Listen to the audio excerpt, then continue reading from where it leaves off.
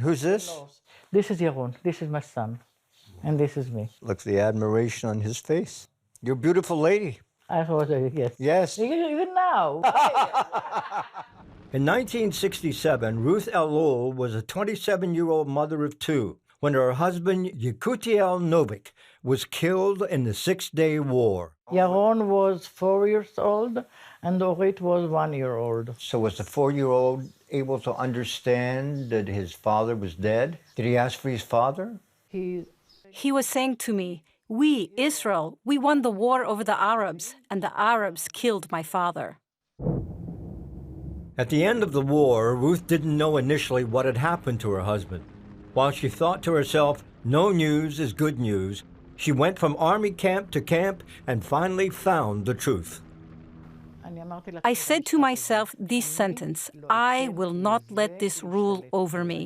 How did you manage to carry on after your husband died? How did I don't know. Until 10 years ago, I can't weep. I don't weep. You don't weep? No. Ruth married again and had a third child, but later divorced. For 40 years, she told me she blamed her deceased husband for everything that went wrong in her life. Then just 10 years ago, she read the Army report of what had happened to him. How did he die? בדרך חזרה מהטנק, When he came back from fixing the tank, he was hit by mortar fire, and he asked the medics to actually evacuate his other friends before him, and that's how he died. Did you eventually come to a place where you could forgive your husband? after 40 years. Why? Why? Because I read the file, and when I read the file, I understand that it's not his blame. That he Really? wants to live, but he can't live. We're approaching the anniversary of the 50th year of the Six-Day War. Was it worth it? No. Not to me. Look, I love my country. Yes. I love it very much. One of the most things that I was afraid of, that my children will leave the country. All of them are here. I really like Israel, really, really love it, but the price is too much. What about now? Now I'm happy with what I have. Your heart's no longer broken. It's broken. Still broken. All of us, all the widows of the war, we are saying, once a widow, always a widow. God cares for the widows and the orphans. Simona Ziv Ma'ar was even younger, just 20 years old, when she became a war widow. I met my husband when I was 13 and a half. He took me to school. We were friends 7 years. He was my boyfriend, my family, my lover, and my husband. Simona and Ruth are just two of 318 widows and more than 600 orphans from the Six-Day War.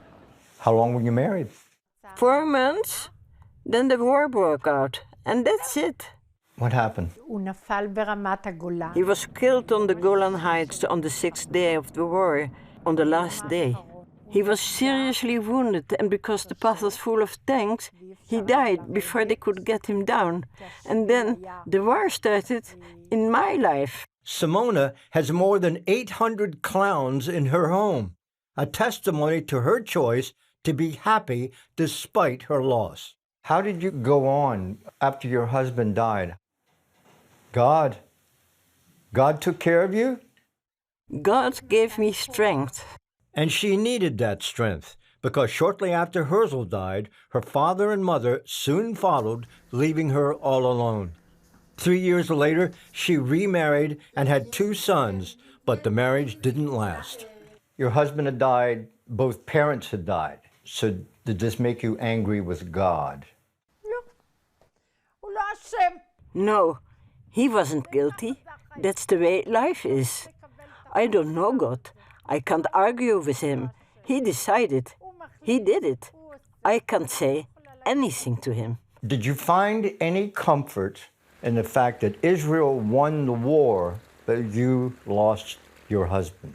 I lost my other life completely because I had a very talented husband.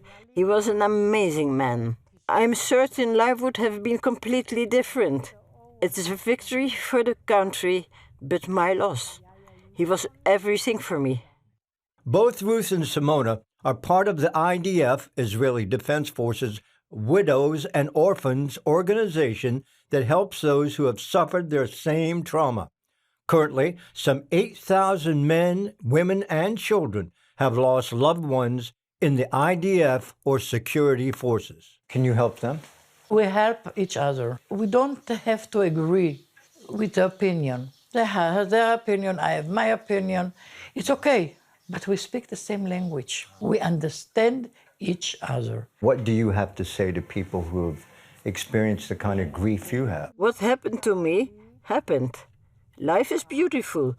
Not always, but you need to live and to believe the faith. Some people build something good, some less good, some better. It's a part of life. I'm an example of this. Scott Ross for CBN News in Tel Aviv.